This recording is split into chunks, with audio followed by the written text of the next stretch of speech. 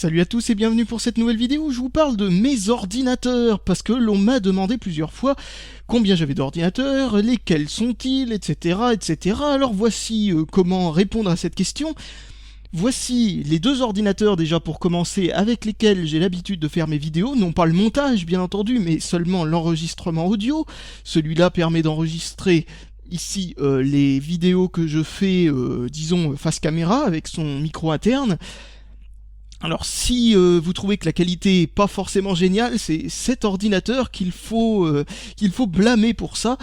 Pour information, son micro interne est un petit peu ce que j'ai de mieux comme micro, donc bon. Et cet ordinateur me sert à enregistrer quand j'utilise le micro casque, lui aussi dans un état pas possible, mais il marche encore plutôt pas mal. Je parle du micro casque, pas de l'ordinateur, qui lui est en plutôt bon état. Alors donc, qu'est-ce qu'il a de particulier cet ordinateur? C'est le Lenovo tablette X61, c'est-à-dire le X61T disons en nomination condensée. C'est en gros un ThinkPad qui est en version tablette, c'est-à-dire qu'en gros c'est un convertible, parce qu'il n'y a pas des tablettes tout court ThinkPad, en tout cas pas à l'époque où celui-là a été fabriqué.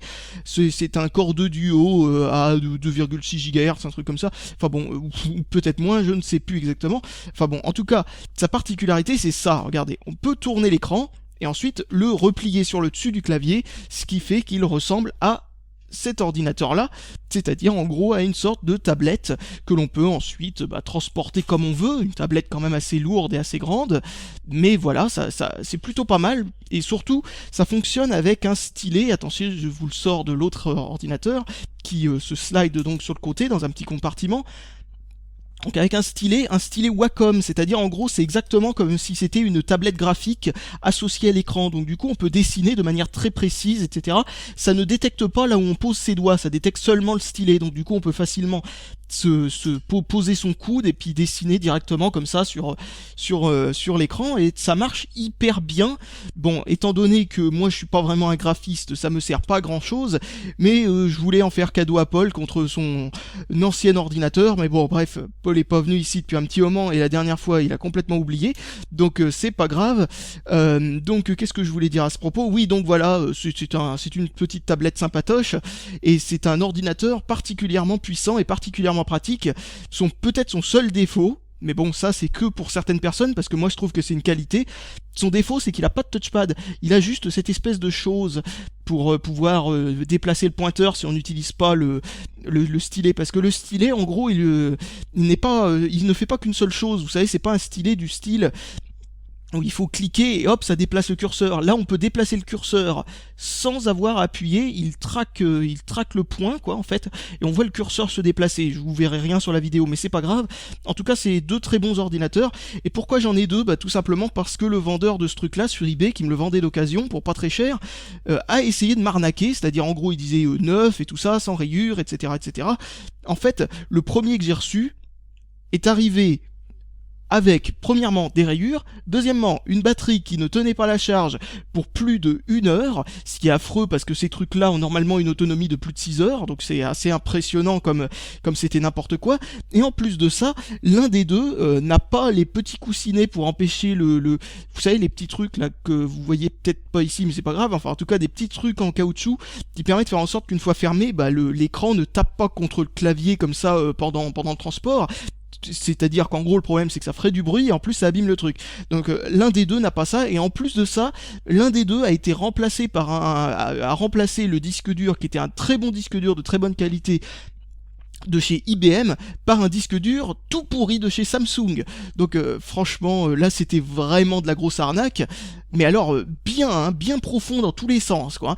Alors du coup j'ai essayé de convaincre le vendeur de pouvoir m'en envoyer un autre sans que j'ai besoin de renvoyer l'autre, et j'ai réussi. Donc en voilà deux maintenant. Le vendeur devait s'en vouloir, devait se sentir coupable ou je ne sais pas quoi, parce que il n'a pas été très très long à convaincre, et en plus de ça il a cédé à plus ou moins tout ce que j'ai voulu, notamment le fait de garder le deuxième. Donc maintenant j'en ai deux, j'ai réparé tous les problèmes qu'il y avait avec le deuxième, sauf le problème de la batterie, qui est toujours une batterie qui a une autonomie absolument minable. Alors maintenant vous voyez que je suis dans la grande saga des energy drinks au moment où je fais cette vidéo, parce que vous voyez toutes ces canettes partout. Donc qu'est-ce que sont ces deux ordinateurs? Eh bien ce sont deux ordinateurs que j'ai depuis un moment. Celui-là, pour information, est un ordinateur qui utilise en tout cas la boîte, parce que tout le reste a changé, mais la boîte est celle de mon tout premier ordinateur. C'était pour information un Celeron 700 MHz de l'époque des Pentium 3 Coppermine. C'est le premier ordinateur que j'ai eu neuf chez moi. J'ai pu toucher à d'autres ordinateurs avant celui-là, notamment chez Paul, avec un vieux machin sous Windows 3.1 avec un 486 comme processeur, enfin bon, ce genre de truc. Mais voilà, ça c'était mon premier ordinateur que j'ai pu utiliser dans tous les sens. Pour information, il est tombé en panne pendant je sais pas combien de temps, c'est Partenio la marque. Pour information, vous ne connaissez sûrement pas, parce que c'est les ordinateurs qui ont été montés par un truc qui s'appelle la Camif. C'est en gros un truc où les fonctionnaires pouvaient autrefois acheter en gros leur truc, quoi, tout simplement. Maintenant, n'importe qui peut acheter à la Camif, c'est pas seulement pour les fonctionnaires. Mais, qu'est-ce que je voulais dire à ce propos? Oui, mais je pense qu'ils ne font plus leurs propres ordinateurs comme ils faisaient autrefois. Alors, dedans, il y avait une carte mère Asus, et la carte mère n'arrêtait pas de tomber en panne. C'est pour ça que j'ai une drôle d'histoire avec Asus. C'est que, bon, c'est peut-être une bonne marque Asus, mais moi, j'ai jamais vu en quoi c'était une bonne marque. Sur ce truc-là, la carte mère tombait en panne, mais tout le temps. Et pourtant, j'ai changé la lime au bout d'un moment, quand j'ai fini par comprendre que la lime pouvait tuer la carte mère. Toujours pareil, la carte mère continuait de planter, il est passé au moins 5 fois au SAV et à chaque fois il changeait la carte mère et 3 fois de suite ils ont changé aussi le lecteur DVD qui était donné avec, qui n'arrêtait pas lui avec de tomber en panne. Et il fonctionnait aussi pour couronner le tout. Alors là vous voyez à quel point j'ai été bien introduit entre guillemets. Introduit c'est le mot, parce que vous allez voir ce qui s'est passé, c'est que ce truc là était fourni avec Windows Millennium. Oh magnifique. Bon bref, pour se faire introduire, ça c'est sûr, je me suis fait introduire, je me suis même fait fister par Microsoft et par la Camif. Donc, c'est vraiment vulgaire et dégueulasse ce que je viens de dire, ce n'est pas dans mes habitudes. Donc ça c'est peut-être à cause de tous les energy drinks à la con d'ailleurs, qui me bousillent les neurones et me rendre aussi con qu'un beauf moyen, donc c'est pas grave. Donc ici nous avons une petite carte mère d'Athlon XP que j'ai mis à la place de tout ce qu'il y avait avant, qui ne marchait de toute façon plus. J'ai mis une alimentation pas chère, un truc no-name à la con, c'est pas grave, même si je me servirais un de ces jours de cet ordinateur de manière quotidienne ou ce genre de truc, je changerais la lime contre quelque chose de mieux, parce que j'aurais peur de bousiller ce qu'il y a à l'intérieur. Et dedans donc il y a un Athlon XP. Non, c'est pas un Athlon XP, c'est un truc que vous verrez quasiment jamais. C'est un AMD Geode. Si vous connaissez pas l'AMD Geode, pour information, c'est un processeur ultra basse consommation d'électricité qui avait été inventé par AMD et qui avait la particularité de fonctionner sur n'importe quelle carte mère avec un socket A, c'est-à-dire en gros les cartes mères des Athlon XP quoi, et des Athlon tout court.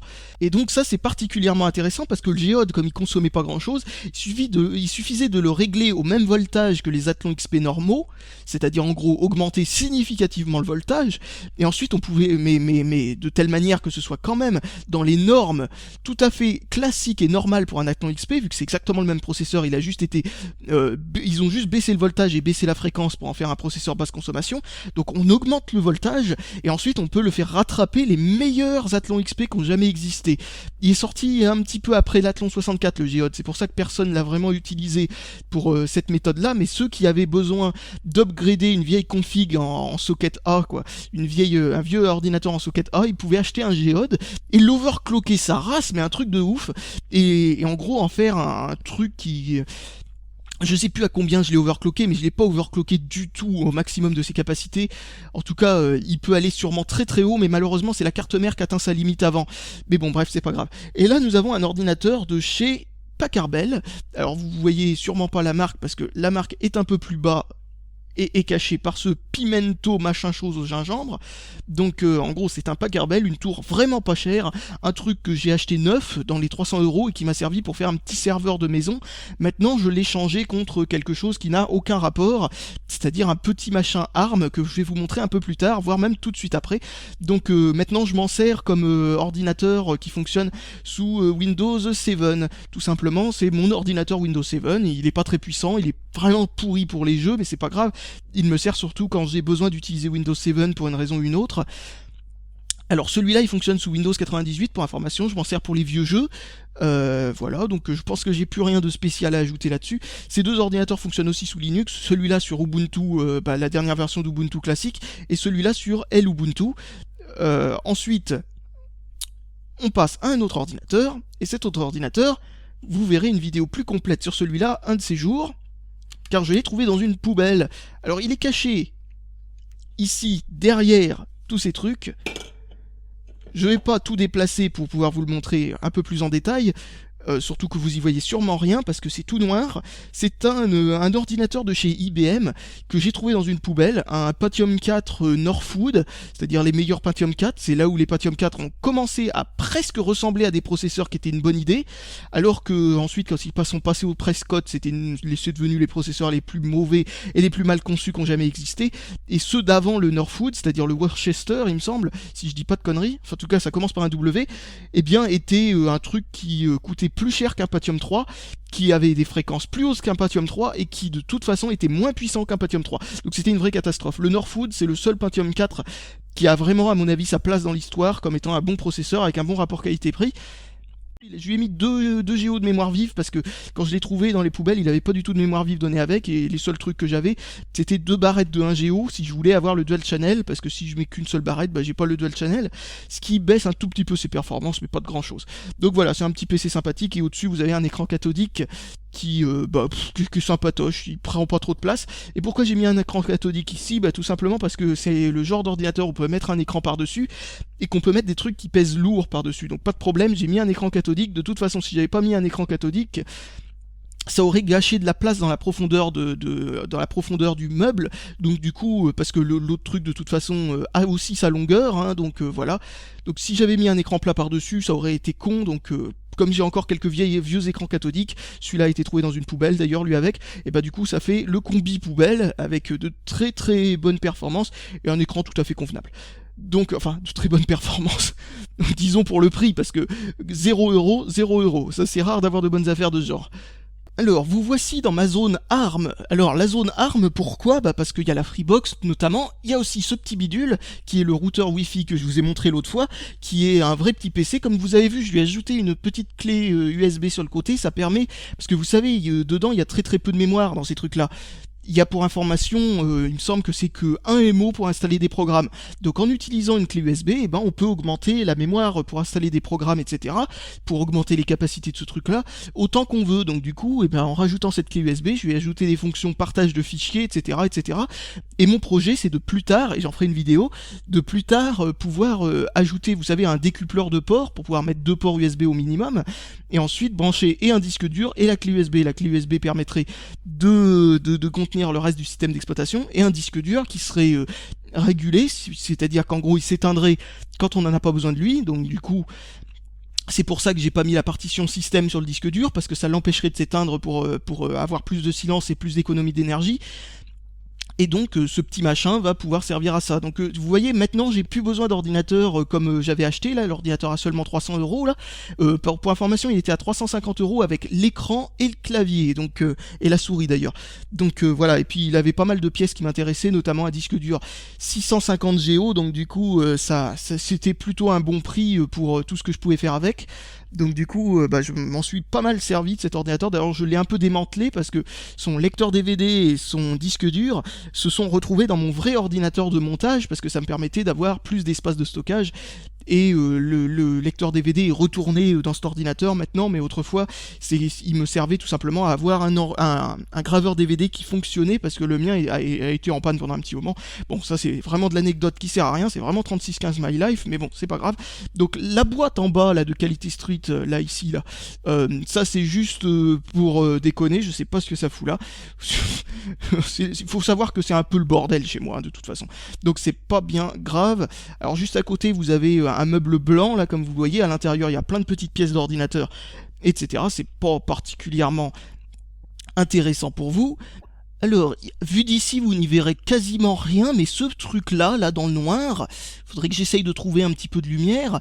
On voit juste une petite LED verte avec un petit logo blanc à moitié effacé par le fait qu'on n'y voit rien du tout, et par terre c'est vraiment dégueulasse, je suis vraiment désolé.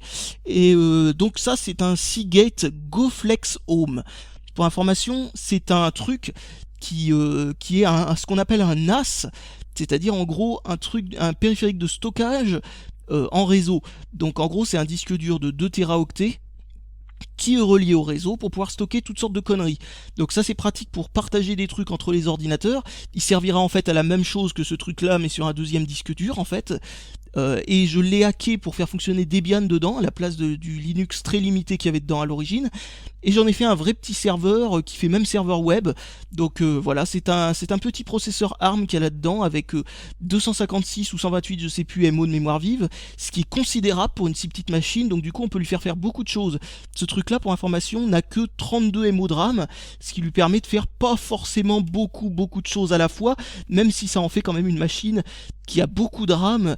Pour son prix. Franchement, pour 20 €, ce truc-là coûte vraiment rien par rapport à tout ce qu'il peut stocker. Et comme vous voyez, j'ai transformé la LED pour qu'elle réagisse à l'activité Wi-Fi et non pas qu'elle reste tout le temps allumée pour rien. Ce qui fait que la nuit, quand ce truc sert pas, la LED est tout le temps éteinte. Donc du coup, vous ne le verrez jamais la nuit, ce qui est génial. Donc voilà, et là, enfin sauf si on se sert d'un ordinateur bien entendu, et là ce petit machin là en dessous, il me sert énormément à stocker notamment les vidéos pour pouvoir y accéder sur plusieurs machines, comme par exemple là j'enregistre sur un ordinateur comme vous le savez, et je fais le montage sur un autre, et bien ce truc là permet de faire la liaison pour pouvoir y accéder sans aucun problème en 2 temps 3 mouvements. Voici un vieux machin qu'on m'a offert, c'est un ordinateur portable de chez Medion, qui est pour information un ordinateur avec dedans un K6 II à 300 MHz. C'est vraiment très peu puissant, et à l'origine il n'y avait que 16 MO de RAM dedans, et je l'ai amélioré jusqu'à 48 MO de RAM. On pourrait aller beaucoup plus loin, genre 256, mais malheureusement les pièces pour ce genre de vieux ordinateurs portables sont pas forcément très chères, mais assez dures à trouver tout de même quand on veut des trucs très spécifiques. Parce que pour information, il faut des barrettes de RAM petite densité. Les hautes densités, c'est-à-dire celles qui, par puce de RAM, ont 32 MO par puce, par exemple, ne fonctionnera pas là-dedans. Par contre, une qui a seulement, je dis bien seulement, disons 8 MO par puce de RAM sur chaque barrette, c'est-à-dire qu'à plus de puces de RAM pour obtenir le même nombre de MO par barrette, eh bien, fonctionnera sur ce truc-là. Donc, vous le voyez très mal. Je vais donc essayer de trouver un autre angle. Alors donc voici mieux, plus près, cet autre ordinateur portable. Donc comme vous voyez, c'est un vieux machin, un très vieux truc qui, comme vous voyez, a sacrément vieilli, un petit peu mal vieilli. Il lui manque une pièce ici, et la charnière a le plastique qui a l'habitude, qui a toujours tendance à craqueler, donc du coup, un de ces jours, il aura plus d'écran, je pense. Et ça, c'est dommage, parce que c'était une machine assez bonne, et intérieurement, elle fonctionne parfaitement bien. Alors, pour avoir une meilleure vision de ce à quoi ressemble l'écran, alors pour information, c'est un écran plat de très mauvaise qualité, parce que à l'époque, on ne savait pas faire de bons écrans plats. Pour information, là, ça nous fait revenir en 96-97, peut-être même un peu plus tard, je ne sais pas exactement. Ouais, c'est marqué nulle part. Il fonctionnait sous Windows 95 à l'origine, avec 16 MO de RAM. N'imaginez pas mieux, de toute façon. Il aurait pu faire fonctionner Windows 98 à la limite. Donc maintenant, voici un Asus. Je ne connais pas son modèle exactement. Enfin, si, je le connais, mais je me rappelle plus.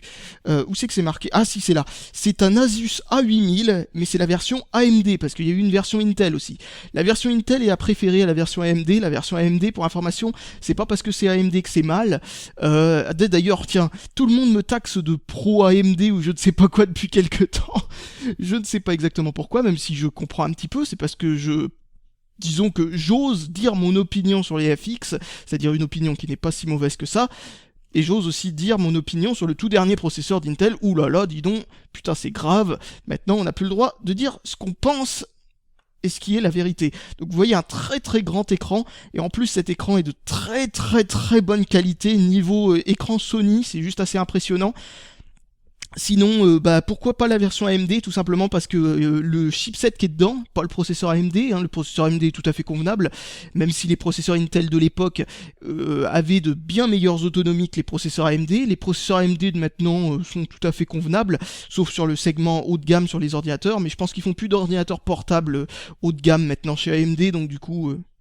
enfin quand je dis haut de gamme, je veux dire un truc gigantesque du style, on peut voir encore maintenant des ordinateurs portables avec des Core i5 et des Core i7. Je pense pas qu'AMD s'amuse à faire des ordinateurs portables avec des processeurs FX, ça serait affreux pour l'autonomie.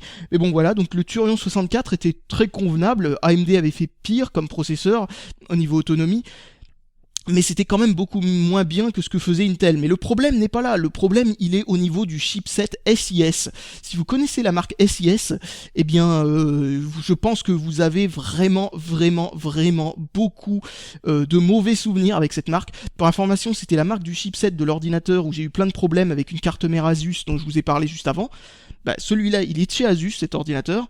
Il a aussi un chipset SIS et j'ai eu autant d'emmerdes. Donc voilà. Hein.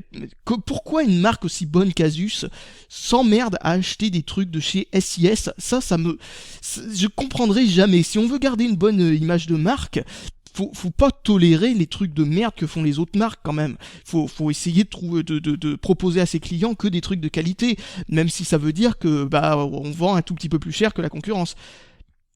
Donc voilà, ça c'est un plutôt bon ordinateur portable, il me sert toujours, même si le problème c'est que à cause du chipset SIS, eh bien j'ai été obligé de changer le disque dur malgré qu'il fonctionne encore, donc je suis obligé d'utiliser, vu que c'est un disque dur en parallèle ATA pour ordinateur portable, et qui sont devenus totalement introuvables, parce qu'ils sont tous tombés en panne depuis longtemps, ils sont plus fabriqués, eh bien vu que c'est un parallèle ATA, j'ai été obligé d'acheter un adaptateur parallèle ATA via carte SD, et son disque dur c'est une carte SD maintenant, ce qui veut dire que sous Windows, eh bien ça crée plein de problèmes, et sous Linux, ça fonctionne comme il faut, mais c'est un peu lent, quoi. Parce que c'est une carte SD, tout simplement. Hein. Donc, ensuite, autre ordinateur portable, et peut-être le dernier que j'ai d'ailleurs, si je dis pas de conneries. J'essaye de me rappeler si j'ai un autre ordinateur portable. Ah bah si, j'en ai un autre. Un qui marche plus.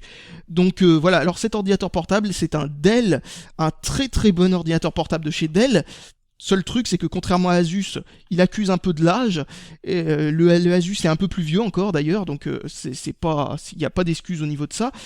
Cet ordinateur-là a la charnière qui a un tout petit peu de jeu, et je l'ai resserré, hein, vu que je sais comment faire, en enlevant le cache, etc. J'ai resserré la charnière, et bien le jeu s'est refait au bout de quelques mois. Donc il y a toujours du jeu sur cette charnière, et ça c'est emmerdant. Alors un autre problème avec cet ordinateur, j'ai bousillé le clavier un jour en mangeant par-dessus. Alors j'ai fait tomber de la crème fraîche dessus, c'était magnifique. D'ailleurs la crème fraîche c'est particulièrement pratique pour donner à penser qu'il y aurait des comment on appelle ça, des choses que j'ai envie de rendre plus polies face à vous, mais non, c'était vraiment de la crème fraîche. J'étais en train de manger une salade de fruits et il y a les touches du clavier, je crois que c'était C et F qui ne marchaient plus, donc j'ai remplacé le clavier par un clavier que j'ai acheté sur eBay, hein, compatible, directement fabriqué par Dell, je suppose, et non pas un truc d'imitation. Le nouveau clavier marche très bien, même si c'est pas non plus les claviers des ThinkPad, et qui sont juste top, mais juste un truc de dingue. Mais c'est un très bon clavier, hein. Dell fait des trucs qui sont vraiment très ergonomiques. Hein. Franchement, dans les ordinateurs portables, hein, et si j'avais 3 marques à vous conseiller, c'est Dell, Lenovo, surtout Lenovo, alors là ils sont excellents, et Asus. Franchement, je pense pas que j'ai d'autres marques en tête. Les autres marques, surtout Acer, font des trucs de trop mauvaise qualité pour tenir une longue période de temps. Et donc, ici vous avez un touchpad. Et là j'ai encore fait le con, j'ai encore mangé dessus et une miette de pain a coincé cette touche. Vous voyez cette touche elle s'enfonce, ça pose pas de problème. Celle-là, elle a plus le clic quand on appuie dessus. Donc du coup, comme ça cliquait aléatoirement tout seul, vous voyez sur l'écran ça cliquait, on sait pas pourquoi, et bien j'ai été obligé de débrancher le touchpad en interne. Je pourrais aussi remplacer un morceau du contour pour essayer de changer de touchpad ou ce genre de truc. Mais bon, comme j'en ai un peu rien à foutre, je branche une souris en USB et ça fonctionne tout aussi bien. Donc voilà, c'est un ordinateur portable qui pour l'instant fonctionne toujours aussi bien. C'est du Core 2 Duo lui avec.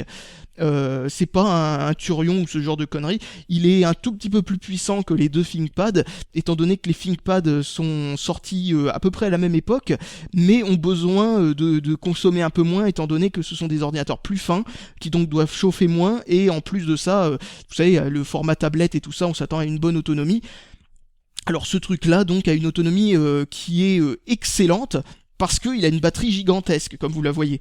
Là, il y a une énorme batterie, et depuis tout ce temps-là, elle a toujours pas perdu de son autonomie, et là il y a un petit bouton pour savoir si la batterie est toujours rechargée ou si elle est déchargée. Ça c'est génial pour pouvoir, quand on a plusieurs batteries, savoir dans le sac laquelle des batteries est encore rechargée quand on remplace sa batterie en plein milieu d'un voyage en avion ou en je ne sais pas quoi, même si maintenant il y a des prises électriques dans les TGV et les avions, je suppose. Les avions je sais pas, mais enfin les TGV en tout cas.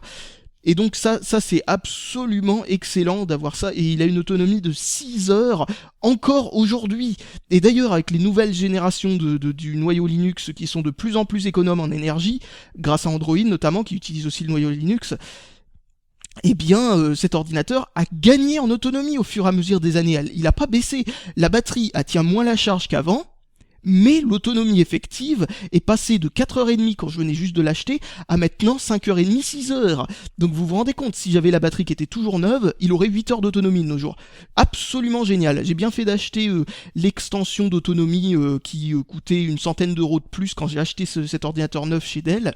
Pour information, c'est le seul ordinateur portable que je vous ai montré que j'ai acheté neuf, et franchement je le regrette pas, même si je l'ai pas mal maltraité, mais ça c'est qu'il a beaucoup servi, hein. C'est pour ça que tous ces problèmes de clavier, de touchpad et tout ça, malgré tout c'est de la bonne qualité, franchement. Bon, après c'est vrai que le touchpad est un petit peu trop facile à coincer et peut-être un peu trop difficile à démonter pour déloger la miette ou ce genre de truc. Et maintenant, voici le dernier ordinateur portable que j'ai à vous montrer. Il s'agit d'un Gericom, je ne sais plus quel modèle, c'est pas grave. C'est un Athlon XP qui est à l'intérieur normalement, mais malheureusement il ne marche plus, étant donné qu'il n'a plus de processeur. Je l'ai vampirisé pour autre chose, et j'ai vampirisé pas mal de trucs, la RAM notamment, le clavier aussi, et puis aussi la prise de recharge sur le côté, parce que j'ai réparé un autre ordinateur exactement identique, qui appartient à Apple, enfin exactement identique, sauf qu'il a une tête différente, il est bleu au lieu d'être gris, il est un peu plus large, c'est un modèle exactement identique à l'intérieur, mais pas à l'extérieur. Donc voilà, comme vous le voyez, il ne fonctionnera plus pendant encore un bon moment. Je veux peut-être essayer de le réparer, mais bon, je sais pas si ça serait très utile. Alors l'une des raisons pour lesquelles je me fais pas trop chier à réparer ce truc-là, c'est premièrement parce que Paul a exactement le même, donc c'est pas important, et deuxièmement c'est parce que l'Athlon XP, pour information, c'est le pire processeur qu'AMD, et voire même Intel en combiné, n'a jamais fait pour un ordinateur portable. La première des raisons, c'est parce que ce truc-là consomme pas mal. Bon, c'est pas non plus le truc qui consomme le plus qui ait jamais été inventé en ordinateur portable. Ce qui a été le pire, à mon avis, c'est le Pentium 4 mobile, qui a existé pendant très très peu de temps et vite a été remplacé par le Pentium M, qui est en gros un Pentium 3 mobile, parce que Intel s'est rendu compte que le Pentium 4 c'était peut-être une bonne idée sur les ordinateurs de bureau, mais sur les ordinateurs portables c'était une telle chaudière, valait mieux revenir au Pentium 3, malgré que c'était une génération précédente et soi-disant inférieure, parce qu'elle a toujours été supérieure, étant donné que, pour information, les Core 2 Duo et les Core i7 etc. ce sont les héritiers des Pentium 3 et non pas les héritiers des Pentium 4 qui eux ont été complètement foutu à la poubelle quand Intel en a eu marre de faire toutes ces conneries. Donc, son défaut de cet ordinateur portable, c'est notamment qu'il était très consommateur d'électricité, donc, comme vous le savez, bon, toujours moins qu'un Pentium 4M, mais tout de même, et son autre problème, c'est qu'il était plus ou moins lourd, et aussi un autre problème, donc, c'est que AMD a inventé l'un des seuls processeurs, pour ordinateur portable, je crois que même que c'est le seul, qui est capable de griller à cause d'une surchauffe. Et donc ce qui fait que bon bah très rarement on pouvait avoir un problème de panne de processeur qui était complètement tué, et l'ordinateur Apple c'est ce qu'il avait comme problème. Bon, après avoir remplacé par le processeur qui était dans le mien, après avoir mis de la pâte conductrice qui fonctionnait et tout ça, enfin bon voilà, et avoir bien serré le radiateur, eh bien bah on se retrouvait avec un ordinateur portable qui fonctionnait parfaitement bien, mais celui-là, voilà, bah et comme il avait plus de processeur pour le faire fonctionner, bah j'ai commencé à lui piquer des pièces, etc., etc. Il avait notamment un disque dur, mais lui aussi il est parti dans l'ordinateur Apple, donc et non pas Apple, hein, Apple ou je ne sais pas quoi. Non, là c'est Apple, c'est le pote que l'on voit de temps en temps dans d'autres vidéos. Et donc non, pas Dark Ventura, hein, un autre. Celui-là qui fait des vidéos notamment sur des boissons énergisantes de temps en temps et qui n'est pas moi. Donc voilà, bah ça c'est un ordinateur qui m'a bien servi mais qui malheureusement ne fonctionnera plus jamais. Enfin, a priori, sauf si j'en fais un ordinateur boîte numéro 2. Et c'est une bonne façon d'en venir parce que, hop, Voici l'ordinaboîte, le retour de l'ordinaboîte. Donc si vous ne l'avez pas assez bien vu dans la vidéo consacrée à lui, bah, vous pouvez le voir, avec ses jolies découpes faites n'importe comment, avec ses pores qui ont l'air particulièrement bien coupés, et son bouton d'alim qui a été récupéré sur une vieille boîte que j'ai trouvée dans une poubelle. Donc si vous vous demandez si tous ces trucs que je vous ai montrés pour l'instant et j'ai pas fini coûtent cher, en fait pas du tout, hein. Ce sont la plupart du temps des choses qu'on me donne, d'autres trucs que je trouve dans des poubelles, certaines choses que j'achète sur eBay pour pas trop cher à une époque où j'en ai vraiment besoin, c'est-à-dire à une époque où ces trucs-là n'ont pas l'air complètement dépassés et ridicules, comme j'ai pu vous montrer actuellement, c'est-à-dire notamment le vieux Asus ou ce genre de truc qui est pas totalement dépassé, hein, il peut totalement être encore utilisable, hein, mais bon, voilà, bon, il a fait son temps. Si je l'avais acheté aujourd'hui, ça aurait été stupide, mais à l'époque où je l'ai acheté, c'était une super bonne affaire. On pouvait faire fonctionner notamment GTA San Andreas dessus parfaitement bien, donc ça c'était particulièrement incroyable pour un ordinateur aussi peu cher d'occasion. Bon, son autre problème c'était l'autonomie, mais ça j'en avais rien à foutre à l'époque. Cette fois-ci, vous voyez une tour ultra moche, ultra jaunie par le temps. Cette tour, c'est le premier ordinateur de ma mère. Un ordinateur qu'elle a eu il y a je sais pas combien de temps d'occasion, qui était déjà vieux à l'époque. C'était pour information un Pentium 2 ou même un Celeron 266 MHz, je sais plus exactement.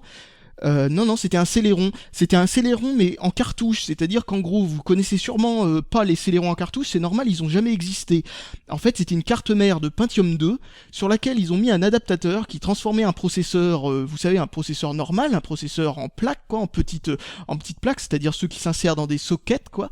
Donc, ça l'a transformé en processeur en slow, c'est-à-dire en processeur comme le Pentium 2, c'est-à-dire en grosse cartouche. Et la carte mère qui est dedans est toujours la même d'ailleurs, et cet ordinateur là en ce moment me sert de mon ordinateur DOS. C'est l'ordinateur qui fonctionne le mieux que j'ai actuellement, qui arrive à faire fonctionner DOS. Pour information, il faudrait mieux un 486 ou un Pentium 1 pour pouvoir faire fonctionner DOS, parce que si vous ne le savez pas, les cartes mères des Pentium 2 et des Celeron, etc., jusqu'au Pentium 4, sont des trucs qui ont énormément d'incompatibilité avec DOS. Oui, bizarrement, les cartes mères plus récentes que les cartes mères Pentium 2 marchent mieux avec DOS que les cartes mères de cette époque. Alors, allez savoir, hein, c'est sûrement parce que l'émulation fonctionne mieux qu'à l'époque, parce que, en gros, ils doivent émuler des périphériques basiques de l'époque. Ce ne sont pas des périphériques qui fonctionnent comme autrefois, comme par exemple des slow ISA et tout ça, alors que c'est un ordinateur avec quasiment que des PCI. Enfin, vous voyez ce genre de truc, et donc du coup, il doit faire des émulations bizarres au niveau du BIOS. Et à l'époque des Pentium 2 et des Pentium 3, ça marchait très mal, ça produisait des bugs pas possibles, notamment les ports parallèles. Si vous essayez de les faire fonctionner sous DOS, eh bien sur les ordinateurs comme de l'époque de celui-là, vous n'arriverez jamais à faire fonctionner votre imprimante sous DOS. Et ça, c'était des gros problèmes qu'on avait. Heureusement, c'était l'époque de Windows 95 et le début de l'époque de Windows 98. Donc ça ne posait aucun problème en fin de compte, sauf si comme moi on veut en faire un ordinateur sous DOS. Pourquoi j'ai choisi cet ordinateur pour le faire fonctionner sous DOS ? En grande partie pour le défi en fait, hein.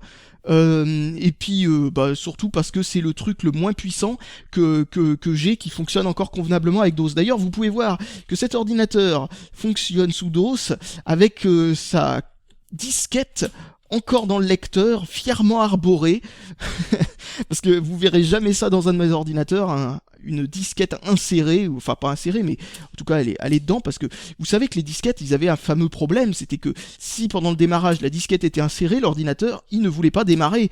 Des fois c'était l'inverse d'ailleurs, d'où des gags incroyables dans Futurama, comme par exemple, je suis Bender, veuillez insérer une disquette, et ce genre de conneries, étant donné qu'on pouvait avoir ce genre de bug à la con, c'est-à-dire au démarrage de Windows, on te demande d'insérer une disquette. Mais si tu mets la disquette avant le démarrage de Windows, c'est-à-dire au tout début du démarrage de l'ordinateur, ça bloquait aussi l'ordinateur, donc c'était vraiment n'importe quoi cette époque. Ah, le bon vieux temps. Donc voilà, ça c'est un ordinateur. D'ailleurs, si vous ne le saviez pas, cette marque a réellement existé, MS-NET, qui n'a rien à voir avec Microsoft, hein, parce que vous voyez quand même qu'ils ont essayé de capitaliser sur le fait qu'il y avait MSN dans le nom. Les vilains pas beaux. Et au-dessus, vous avez l'étiquette. Ah, ça c'est un collector, parce que il n'y a pas beaucoup de gens qui l'ont gardé. Attention, je vais essayer de passer la caméra en mode macro. Et voici, tenu à bout de bras, un ordinateur qui pèse 5 kilos ou plus, tenu n'importe comment, avec dessus un certificat d'authenticité de Windows Millennium. Oui, c'était aussi un ordinateur avec Windows Millennium, mais quand ma mère l'avait acheté, il était venu avec Windows 98. Alors, cette tour très très haute et très très lourde, pèse plus ou moins une demi-tonne, m'a été donnée par Dark Ventura. Pour information, c'est une tour qui appartenait, il me semble, à son père, je suis pas certain. C'était un vieux Pentium 3 en cartouche de 550 MHz, il me semble. Pouf, c'est plus dans le cadre. Voilà. Et si vous le voyez ici, il y a des petites gouttes d'eau qui en sortent parce que j'ai vu, qu'en le mettant dans mon KGB, ce truc a pris l'eau. Je ne sais pas comment il a fait, ou l'humidité en tout cas, j'en sais trop rien. Enfin en tout cas, c'est pas grave. À l'intérieur, il n'y a plus du tout les pièces d'ordinateur qu'il y avait à l'origine. Maintenant, il y a mon ancien Pentium D qui n'avait plus de boîte, car j'ai récupéré sa boîte pour me faire mon nouvel ordinateur. Donc maintenant, il est de nouveau dans une boîte. Mon ancien Pentium D est parti pour être à nouveau utilisé. Pour information, quand j'ai commencé les vidéos, juste commencé de chez commencé, c'était ce Pentium D qu'il y avait comme processeur dans mon ordinateur. Alors un Pentium D, si vous savez pas, c'est la très mauvaise idée qu'a eu Intel de combiner un Pentium 4 et un autre Pentium 4 dans le même processeur pour faire un Pentium 4 dual-core. C'est pour ça qu'il s'appelle Pentium D, hein. C'est pas parce qu'ils appréciaient tellement les initiales PD, mais bon, ils avaient envie de faire ça, je ne sais pas pourquoi. Et donc, bah voilà, ça fait un ordinateur sympatoche, avec sa nouvelle boîte, et comme vous voyez, l'original, celui que Dark m'a passé, avait 2 lecteurs, et j'ai rien trouvé de mieux pour boucher ça qu'un truc d'une autre boîte, qui malheureusement s'est enfoncé vers l'intérieur maintenant, et donc du coup, voilà, je l'ai fait tomber, comme vous voyez, on voit les câbles à travers, je sais pas si vous les voyez vous, mais moi je les vois en tout cas. On voit un câble de la lime ici, mais bon, c'est pas... Parce que j'aime bien faire en pelote les câbles de la lime que je me sers pas quand c'est pas une lime modulaire, et les mettre dans le coin des lecteurs CD non utilisés. Comme ça fait de la place et ça permet de faire de l'aération dans l'ordinateur. Alors nous revoici à nouveau dans l'autre sens, pour un ordinateur qui est en fait un Pentium 3 550 MHz, si je dis pas de conneries, ou 533, je ne sais plus exactement, ça dépend du FSB, c'est sûrement 533. Donc voilà, bon, ça c'est pas important ce que je viens de dire, mais enfin bon, bref, donc, vous voyez, c'est une tour, enfin une tour, c'est pas une tour, c'est ce qu'on appelle un desktop, c'est-à-dire en gros, c'est le format inverse, la tour aplatie, où on peut mettre un écran par-dessus. Le seul problème, c'est que vous avez vu l'emplacement où j'ai mis mon écran, à l'autre bout, eh bien, je peux pas le caser à cet endroit-là, celui-là, parce qu'il est trop large. Ce qu'il y a de bien avec le IBM que j'ai utilisé à la place, c'est qu'il fait à peu près cette largeur-là. Donc du coup, il rentre sans aucun problème. Celui-là ne rentre pas, alors que c'est malheureusement là où je voulais le mettre. Alors son utilité est indéterminée, en fait, il reste dans un placard. Pour information, j'avais amené cette boîte pour ramener mes pièces d'ordinateur en sécurité là où j'ai déménagé. Je me suis jamais servi de cette boîte pour mettre quelque chose qui fonctionne à l'intérieur. Mais récemment, je l'ai fait lors de mes expérimentations pour me faire un PC qui fonctionnait sous DOS.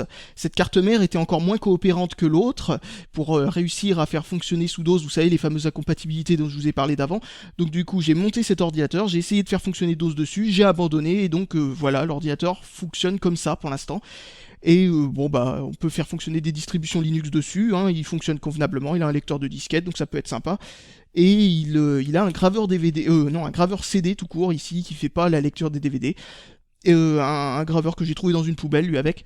La boîte, c'est un truc que j'ai trouvé sur eBay pour environ 20€, donc c'était pas ruinant, et ça me permettait de transporter ma carte mère précieuse, celle où il y avait mon Pentium D dessus, sans pouvoir l'abîmer pendant le transport, en le mettant dans une grosse valise et tout ça. Donc voilà, donc cette boîte en fait a juste servi pour transporter ma carte mère sans sans l'abîmer, parce que je pouvais pas transporter ma grande tour. Parce que ma grande tour rentrait pas dans mon sac parce que j'ai déménagé par TGV plus ou moins. Et il y a plein d'ordinateurs, plein de grosses tours, des vieux ordinateurs, des trucs beaucoup plus vieux que ce que je vous ai montré, qui sont malheureusement restés chez Paul et que je ne reverrai pas avant un bon moment, je suppose. En tout cas, si Paul a envie un jour de faire une vidéo pour présenter ces ordinateurs-là, il y en a pas mal. Le plus vieil ordinateur que j'ai, c'est un 386 Intel. Si vous savez pas ce que c'est des ordinateurs qui datent du milieu des années 80. Donc voilà, c'est vraiment très vieux, c'est-à-dire des ordinateurs plus vieux que moi. Et dessus, on peut faire fonctionner des vieilles versions de DOS. Et si on a un peu de courage, on peut réussir à installer avec je sais pas combien de disquettes de merde, c'est-à-dire des disquettes en gros à demi... comment on appelle ça ? Des disquettes basse densité en gros, parce que c'est un vieux lecteur de disquettes basse densité, c'est-à-dire ceux qui font pas 1,4 MO par disquette ou un truc du genre, mais ceux qui font que 700 KO par disquette. Donc si on a un peu de courage, on peut réussir à installer Windows 3.1 sur un vieux 386 comme celui que j'avais. On peut le customiser aussi, on peut enlever le lecteur de disquette. Après, pour faire fonctionner un lecteur de CD là-dessus, je vous souhaite bon courage, je pense que c'est totalement impossible. Donc voilà, j'ai plein de vieilles tours qui malheureusement je ne pourrais pas vous les montrer. Donc j'ai fini par vous montrer toutes les tours. Maintenant il ne me reste plus que ma tour principale, celle qui me sert à monter les vidéos et qui est mon ordinateur le plus puissant, que je ne vous ai pas encore montré, que je vais vous montrer tout de suite. Et voici mon PC principal, la tour dont je me sers tous les jours et qui est allumée au moins 10 heures par jour d'ailleurs. Cette machine donc, eh bien, elle, comme toutes les PC qui ont été mon PC principal au moins une semaine, est quelque chose que j'ai monté moi-même, c'est-à-dire en gros que toutes les pièces ont été achetées séparément, je n'ai pas acheté de lot ou de je ne sais pas quoi, j'ai choisi chacune de mes pièces scrupuleusement et j'ai passé très longtemps à les choisir. Celle-là, ça fait un très très très long moment que j'utilise le même PC. C'est un Core de Quad Q6600 de deuxième génération pour le Q6600, c'est-à-dire qu'en gros c'est la version qui pouvait s'overclocker monstrueusement beaucoup, c'est-à-dire jusqu'à 4 GHz, alors qu'à l'origine c'est un processeur 2,4 GHz. Je le fais fonctionner à 3,6 GHz depuis déjà plusieurs années, et je ne pense pas en changer avant au moins un an encore, ou ça dépendra s'il y a des grosses promos pour acheter un nouveau truc. Enfin, en tout cas, voici une machine qui a été absolument, fidèle et excellente depuis je ne sais combien de temps. Je n'ai jamais eu aucun problème avec cette chose. Alors, comme d'habitude avec les PC que je me monte moi-même pour m'en servir comme PC principal, il a pas mal de particularités très spéciales. Déjà, vous voyez mon très vieux lecteur graveur DVD, qui est un Pioneer, je ne sais plus combien, mais enfin bon bref, c'est un modèle de Pioneer qui a une particularité géniale, c'est qu'il transforme les DVD+, en DVD-. Si vous connaissez pas les deux normes, en fait il y a deux normes, la norme DVD+, et la norme DVD-, et la norme DVD+, ne passe pas sur certains lecteurs DVD, notamment par exemple sur le lecteur de la Wii, elle ne fait que les moins. Alors du coup, en utilisant ce truc là, on peut recycler des DVD+, qui coûtent moins cher, en DVD-. Et donc voilà, bon bah donc du coup je garde cet enregistreur, enfin ce graveur DVD depuis je sais pas combien de temps et je suis pas prêt d'en changer. Alors vous voyez qu'il y a deux câbles qui en dépassent. Alors l'un d'eux c'est un micro USB et le deuxième c'est un mini USB. Je n'arrête pas de brancher sur cette machine des téléphones portables ou des tablettes, ou pour des raisons évidentes par rapport à ce que je fais en vidéo, mais aussi tout simplement pour brancher ma caméra et ce genre de trucs. Donc j'ai toujours ces câbles qui pendouillent au bout, et là bien entendu le câble de mon casque. Et donc voilà, je pense que j'ai rien de spécial à dire dessus cet ordinateur, sur son apparence physique, hein, c'est juste une jolie petite boîte de chez Zalman. Vous voyez sûrement la marque ici d'ailleurs. Et donc un autre truc sympathique, c'est à l'intérieur donc. Alors je vous ai déjà dit ce qu'il y avait comme processeur et tout ça. Alors il y a que 4 Go de RAM, mais bon, j'ai pas besoin de plus. Je pourrais aisément augmenter le nombre de RAM dedans, parce que dedans il y a 4 barrettes de 1 Go de DDR2, je pourrais très facilement mettre 4 barrettes de 2 Go, vu que c'est pas très cher et que c'est facile à trouver. Et mais bon, 4 Go suffit largement pour ce que je fais, hein, malgré que je fasse des trucs parfois assez exigeants, étant donné que sous Linux, 4 Go, hein, c'est comme si on en avait 8 sous Windows, surtout que j'ai activé un truc qui s'appelle ZRAM. Si vous savez pas ce que c'est, ZRAM, en gros, c'est un truc qui compresse la mémoire vive quand on en manque, pour ne pas avoir utilisé le swap. Le swap, pour information, c'est un truc qui transfère l'intégralité, enfin pas l'intégralité, enfin qui transfère une partie partie de la mémoire vive qui est dans dans les barrettes de RAM quoi, vers le disque dur pour faire de la place pour ouvrir un autre programme quand la mémoire vive est pleine. Et bien avec ce truc là, au lieu de transférer vers le disque dur, ce qui est un processus extrêmement lent, il garde la mémoire vive dans la mémoire vive tout en la compressant pour qu'elle prenne moins de place. Ça c'est une technique qui permet de faire en sorte que mes 4 Go de mémoire vive font en fait comme si j'en avais 6 quoi. Si vous avez 8 Go de mémoire vive, bah, c'est comme si vous en aviez 12, enfin bon voilà, etc. etc. Si vous en avez 16, c'est comme si vous en avez 24, enfin voilà, vous voyez un petit peu le topo, et sans aucune perte de performance, hein. C'est absolument incroyable. Et un autre truc qu'il y a dans cet ordinateur, c'est qu'il n'y a pas un seul disque dur, il y en a 3.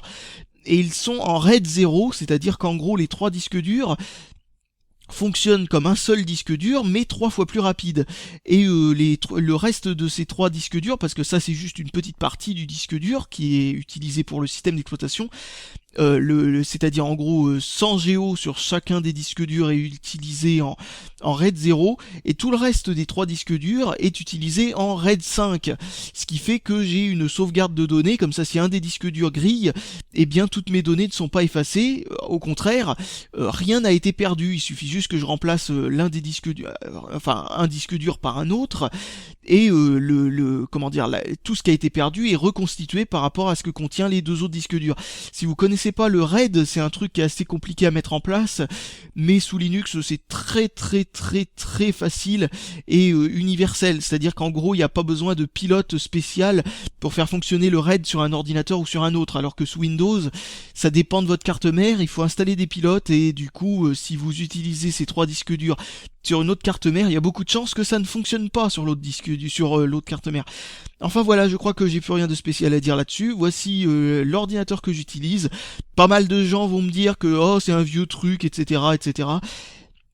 Mais franchement, moi je pars du principe que ça ne sert à rien de changer quand on n'en a pas besoin. Et pour l'instant, je n'ai absolument pas besoin de changer d'ordinateur. La seule chose que j'y gagnerais, ce serait faire en sorte que l'encodage des vidéos que je fais soit beaucoup plus rapide. Et franchement, je n'ai pas forcément besoin de ça pour l'instant. Étant donné que ça n'est pas handicapant pour ce que je fais comme vidéo, étant donné que je fais autre chose à la côté pendant l'encodage ou ce genre de truc, ça pouvait me poser problème pour certains types de vidéos comme les au-delà d'IRL, mais étant donné que je suis pas tellement en humeur d'en faire d'autres pour le moment, c'est pas forcément la peine d'investir dans un ordinateur pour un truc que je ne pense pas refaire avant un petit moment. Donc voilà, je pense que j'ai plus rien de spécial à dire. Donc je vous dis salut à tous et à la prochaine!